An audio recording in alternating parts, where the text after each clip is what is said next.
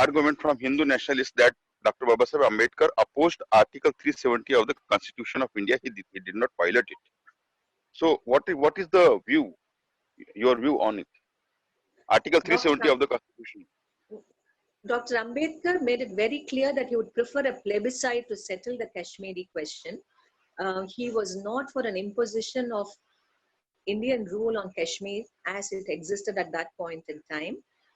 And while discussing 370 in the Constituent Assembly, he felt that the disease and the cure were both equally bad and that he is not going to take a position on that article. He does not endorse it.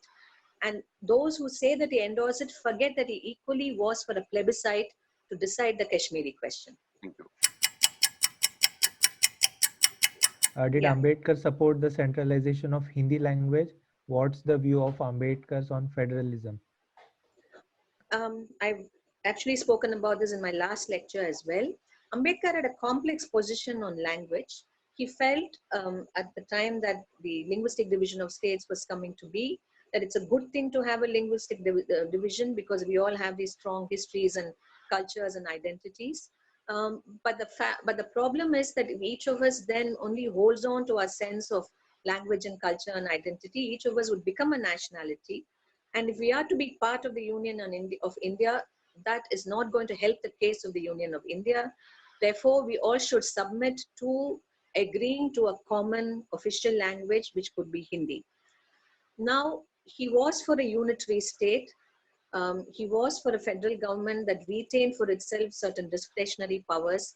But as I've been arguing all along, this is largely in view of his perception that local governments in different parts of India or different regions of India, while they will of course be democratically elected and so on, would remain governments of caste majorities, given that dominant caste would be the ones that would win in any electoral democracy. That being the case, you needed guarantees and constitutional protection for Dalits, and that could only emerge from a strong center. Now, this was Ambedkar's perception in the 1940s and early 1950s. But by the time India had become a republic, he had many questions about the functioning of the Indian nation state itself, as you see from the Rajya Sabha debates of the 1950s. So there's a chance that Ambedkar would have revised his unitary position had he lived on to see what had happened to the Indian nation state. But during his lifetime, he held on to a unitary position. He did agree for Hindi to be the national language of India. Official language, not the national language. Official language.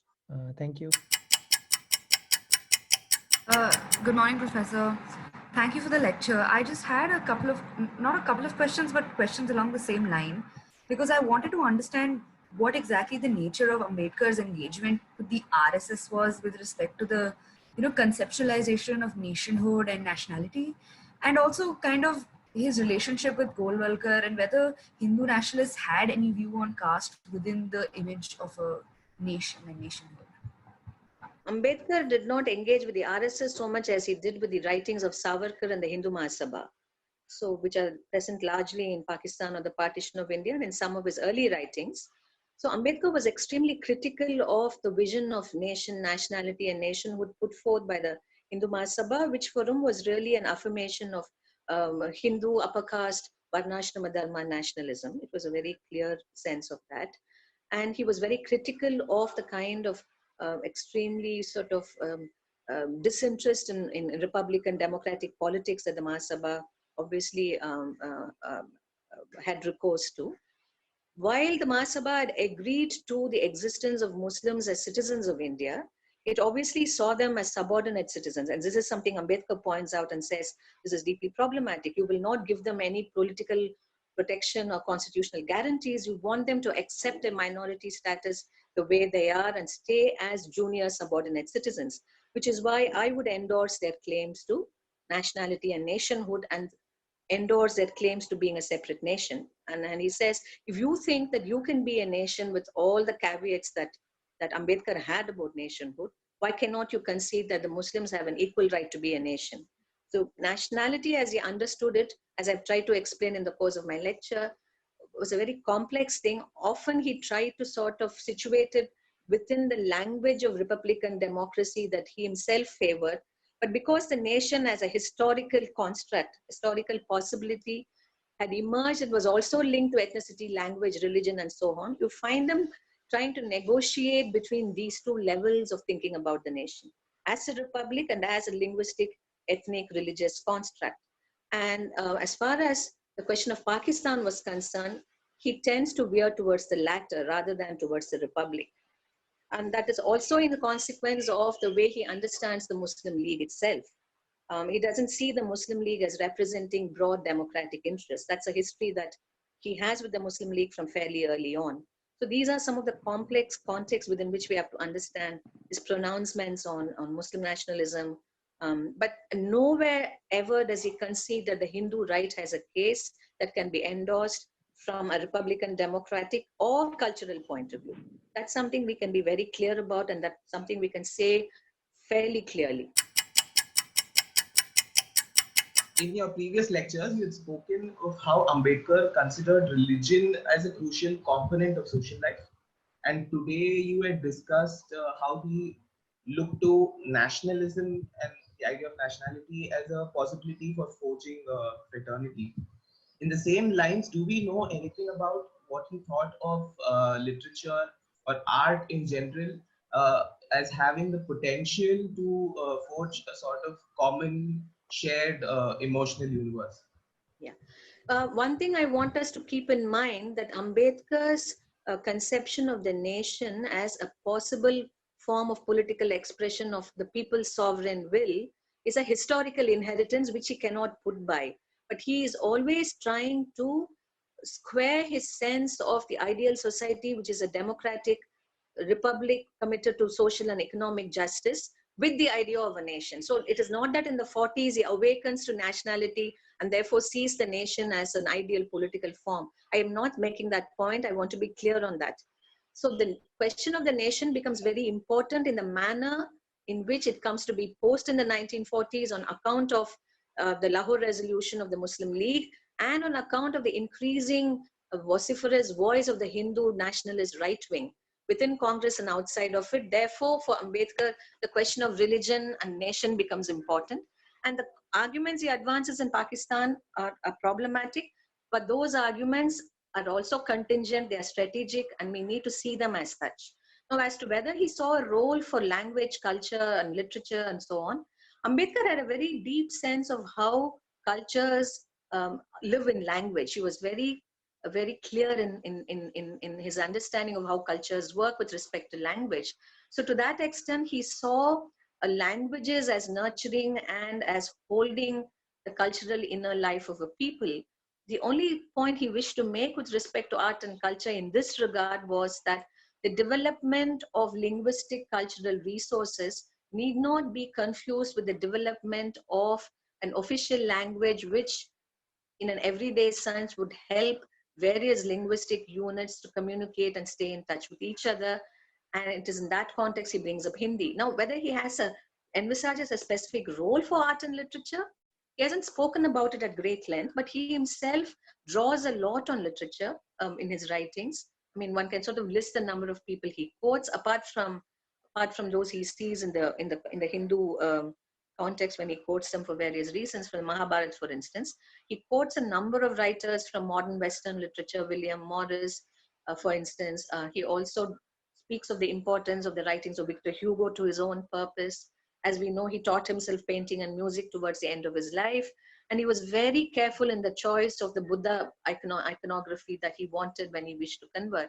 So he clearly saw art and culture as constituting affective life in a very important sense, though he never linked it to national demands so much. But he certainly linked it to our sense of a good, just, fraternal society. Yeah, I had two questions. One would be about you speaking about Ambedkar talking about associative roles. I really did not understand that part. So I would be really grateful if you can elaborate on that a little. And the second question would be that right now we are looking at a very strong sense of nationalism that is very inflexible, Brahmanical, and resting on power inequalities at its best. So now that we have been speaking about Ambedkar's understanding of nationalism, his understanding of a fraternal, just social order, and what can consist of a nation. So what do we as feminists take, what do you think that we as feminists can take from Ambedkar's sense of nationalism, the nationhood, and democracy and social order in general?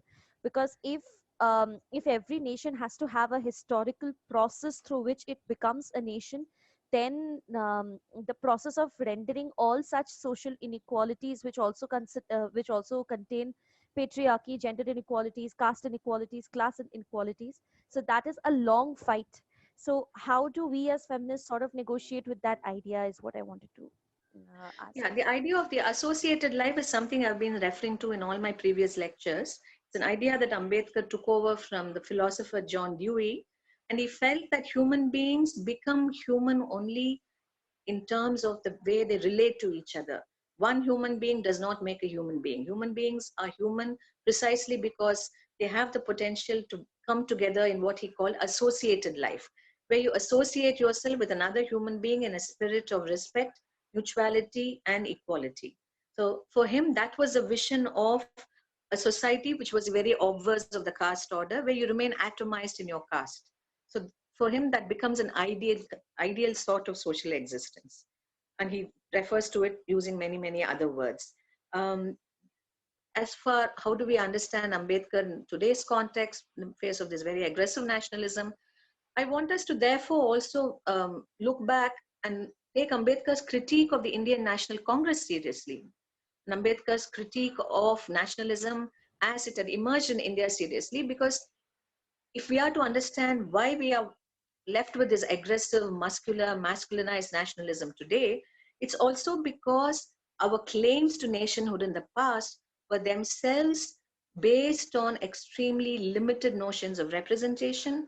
They were claims that were made without addressing frontally the central issues of injustice, inequality, hatred, and cruelty in the Indian caste order. And Ambedkar constantly pointed out, therefore, that the Indian nation cannot be unless this becomes part of our understanding, our imagining of nationhood and nationality. So if today we are where we are, it's not only in consequence of the very violent politics of hate that is being spewed on the Muslims and on the other minorities, but also because this hatred has a very rich soil in which it has been nurtured. And maybe at certain points in our political life and in our historical life, we are able to put off that hatred, stave off its worst effects. But unless we actually reroot ourselves in a different sort of political soil, which is what Ambedkar would talk about later on in his life when he converts to Buddhism, we cannot expect to be a democratic nation state that is healthy and open and respectful and so on. So we must not sunder away a criticism of today's nationalism from the longer and more contested idea of nationalism which has been there in the subcontinent and which has been advanced by the anti-caste tradition. Right from the beginning, they've been saying this nationalism is hugely problematic because it does not address the question of inequality within Indian society. So any struggle against today's structures as feminists, as anti-caste activists, has to take on board that that struggle has to be a struggle against caste itself, against the situation of Dalits. So that is on the one hand. As feminists, I think there's a particular resonance to this whole fight against this aggressive nationalism.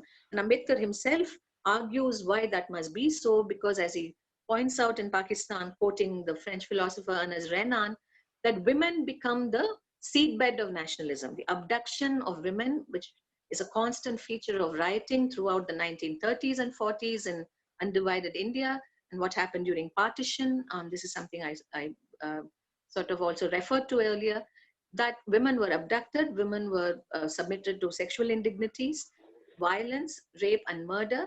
And that then becomes a way of defining who is a true Hindu, who is a true Muslim, who is a true Sikh, that we protect our women, that our women are restored back to us. So women's bodies become sort of very central to the playing out of nationalist sentiments and arguments. We've seen this in Rwanda, we've seen this in Bosnia, we've seen this in Bangladesh, before the emergence of Bangladesh as a nation. So I think there's a very important way in which Ambedkar makes gender justice or the claims of women to control over their reproductive systems or their bodies central to the fight for dignity, respect, equality, and so on. So for him, his work in the Constituent Assembly as the head of the drafting committee was one thing, of course, but the other important thing that he did as law minister, piloting the Hindu Code Bill, was equally important because he felt that the cause of democracy, of justice, of fraternity cannot be served unless you place the question of justice for women at the heart of your democratic agenda. Thank you so much, ma'am. Thank you. Thank you, ma'am. So I understand Ambedkar's critique of the Muslim League for over-determining, if I understand correctly, recognition and rights in the Indian Constituent Assembly to be on the basis of religion, and then constituted the debates in terms of a religious minority to the detriment of the recognition and liberation of caste minorities. But I was wondering if, given his, writing on Pakistan and like how Muslim nationalism would work and being a Muslim majority country, if he had any writing or thoughts and views on the position of the non-Muslim minority in Pakistan, especially given how it did start as a secular state, but I guess maybe it was after his death that it became an Islamic republic. So I was wondering if he had any thoughts on that. Actually, if you go back and read Pakistan, you will see that there are a number of references. What would be the fate of the minorities in both so-called Hindu India and in Muslim Pakistan, if we were to think of the division in those terms.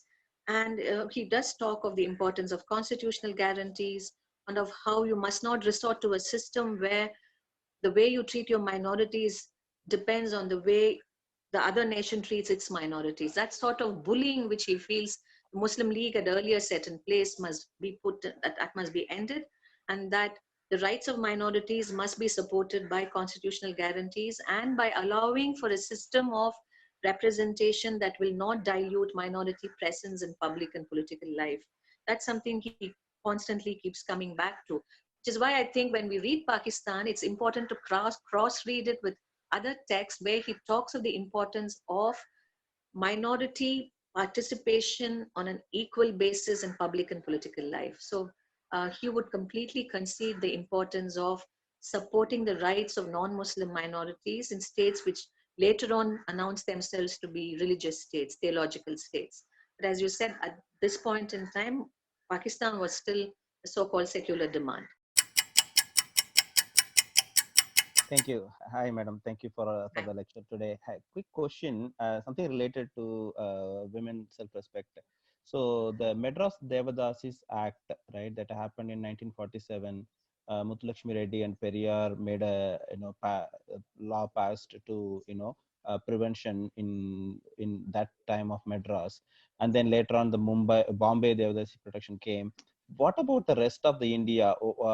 How Ambedkar played a role in this act throughout the rest of India? I believe this Devadasi situation would have been throughout the country, right? But we always see only the news about Muthulakshmi Reddy and Periyar played a key role in stopping that in the Madras constituency. But what about the rest of the country, and how Ambedkar played a role? Thanks. It's not very relevant to today's lecture, so I'll keep my answer very brief. Ambedkar, there was a system of dedication in Maharashtra as well. It was a system of the Murlis, as they were called, when they were called upon to perform what is really acts of sexual servitude. And Ambedkar set himself against that practice. And he asked for women to disengage from it and to become part of a more, what he called a more civil way of being, and to drop those traditions and to drop those practices and so on. He also set himself against the compulsory presence of women in certain forms of entertainment which were restricted to the lower caste. And he felt, why must we sort of give up our self-respect to be part of these spaces? So he certainly paid attention to these matters. But we'll probably take up such questions on the last day when we'll have an open forum. Thank you. Okay, sure. Thank you, ma'am. Madam, could you throw light upon what was Ambedkar's relation and response to the emerging Pasmanda movement, which was also protesting against the demand for partition since 1940s? Was there any interface between Ambedkar and the leaders of the Pasmanda movement? I've only seen one reference to Ansari somewhere, but I don't think he sort of has addressed them so much. But one thing he does point out in Pakistan or the partition of India is that whatever claims that Muslims might make about their religion being the Ummah, a brotherhood, and so on, the fact remains that they are still very much trapped within the caste order in the Indian context.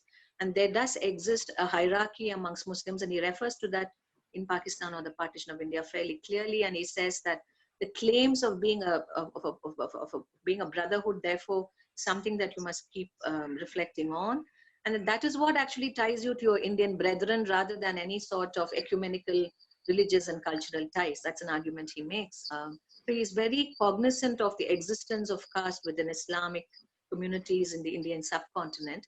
And during partition, he is very anguished by the fate visited on Dalits within what had become Pakistan. And he speaks of how, in spite of being a state which recognizes brotherhood, it still treats the Dalits who were in Pakistan as untouchables. And he was very distressed by that, and he wanted the Dalits to come back to India. And likewise in East Pakistan, what was not Bangladesh, but East Pakistan at that time, initially we know that he was elected from Bengal into the Constituent Assembly and so on, and that there was a lot of support for his position in Bengal. And J.P. Mondal, the Dalit leader who was his lieutenant there, was part of the Muslim League ministry and was part of the East Pakistan ministry.